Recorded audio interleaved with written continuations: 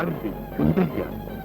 ஐயா ஐயா ஒண்ணு மீட்கத்தாமா நான் இப்படி வேர்க்க ஓடி வர்றேன். ஐயா இந்நேரம் அந்த கிழமையின் கழுத்துல தாலி கட்டிருப்பாயா? கட்டினாத்தான் என்னம்மா?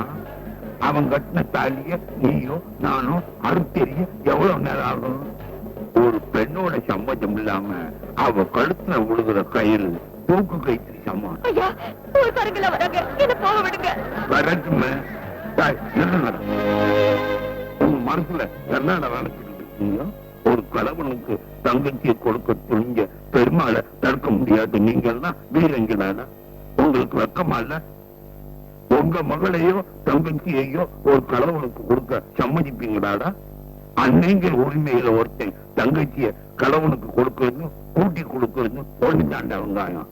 நம்ம பய வரப்புல நிக்கிற மரத்துல கூடு கட்டுற தூக்குனாங்குருவியோட சமாச்சாரம் உங்களுக்கு தெரியுமாடா?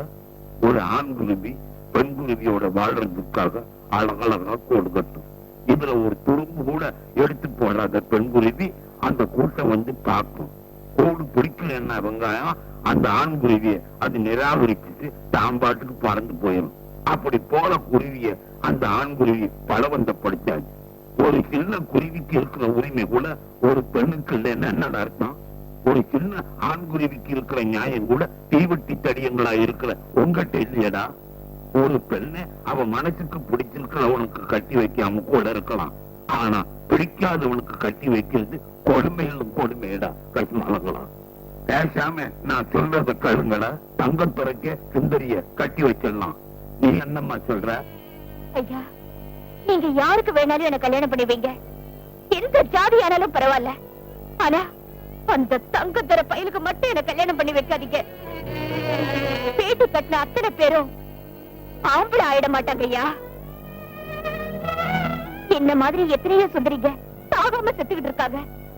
நானும் உங்க கூட ஊரூரா வந்து உங்க பிரச்சாரத்துக்கு உதவியா இருக்கேன். என்ன அழைச்சிட்டு போங்க ஐயா. பாத்தீங்களாடா, நான் பேசும் போதெல்லாம் என்ன கிண்டலும் களியுமா பாப்பீங்கள? இந்த கருத்து ஒரு சின்னஞ்சிறு செடிய எப்படி வைரப்படுத்தி இருக்குன்னு பாத்தீங்களா? ஏன் அப்படியே பார்த்துட்டு நிக்கிறீங்க? வீட்டுக்கு போங்க. இனிமேலாவது வீட்டுல இருக்கிற பொண்டாட்டியை தங்கச்சிகளை மனுஷியா மதிக்க கத்துக்குங்க.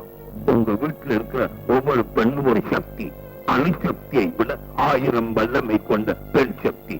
அது வெடிக்காம இருக்கணும்னா நீங்க அவங்களுக்கு பிடிக்காததை செய்யக்கூடாது. ஜாக்கிரதை. போங்க போங்க போங்க போங்க. ஆமா